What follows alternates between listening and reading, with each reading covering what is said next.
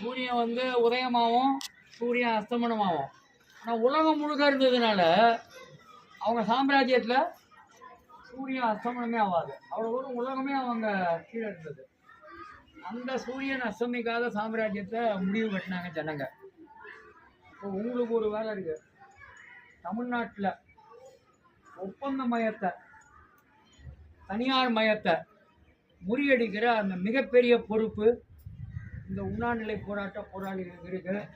இந்த பொறுப்பில் நீங்கள் ஜெயிப்பீங்கன்னு சொல்லி நான் நம்புகிறேன்.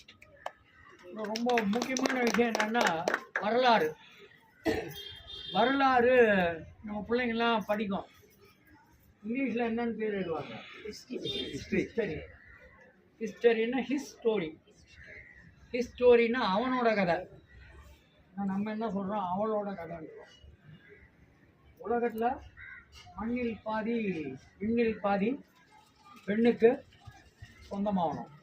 அப்போ இந்த போராட்டத்தில் ஒரு தனிச்சிறப்பு என்னன்னா, இந்த உண்ணாநிலை போராட்டம் மட்டும் இல்லை, தனியார் மயத்துக்கு எதிராக நாம் தொடர்ந்திருக்கிற இந்த போராட்டத்தில் ரொம்ப முக்கியமானது பெண்கள், அவங்களுடைய பங்கு. இப்போ அவங்களுடைய பங்கை வச்சு தான் இந்த விஷயத்தையே சாதிக்கணும்னு பார்க்குறோம்.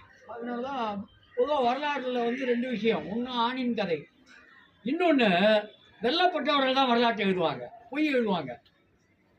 யாரை தோற்கடிச்சாங்களோ அவங்களோட வீரத்தை பற்றி எழுத மாட்டாங்க, அவங்களோட தியாகத்தை பற்றி எழுத மாட்டாங்க, அவங்க அனுபவித்த துன்பங்களை பற்றி துயரங்களை பற்றி எழுத மாட்டாங்க. நாங்கள் வந்து தான் எல்லாமே வந்தது அப்படின்னு பொய்யை தான் வரலாறாக எழுதுவாங்க. இப்போ நம்ம பெண்களுடைய கதை, ஒடுக்கப்பட்ட மக்களுடைய கதை என்ற புதிய வரலாற்றை நிச்சயமாக எழுதுகிறோம். நிச்சயமாக எனக்கு ஒரு ஆணித்தரமான நம்பிக்கை இருக்கு. உங்களுடைய இந்த போராட்டம் இது ஒரு தமிழ்நாட்டில் நடந்த போராட்டங்களில் இது ஒரு திருப்புமுனை போராட்டமாக மாறும். நிச்சயமாக நாளை நமதே, வெற்றி நமதே. உங்களுடைய போராட்டம் வெல்லட்டும் என வாழ்த்துகிறேன்.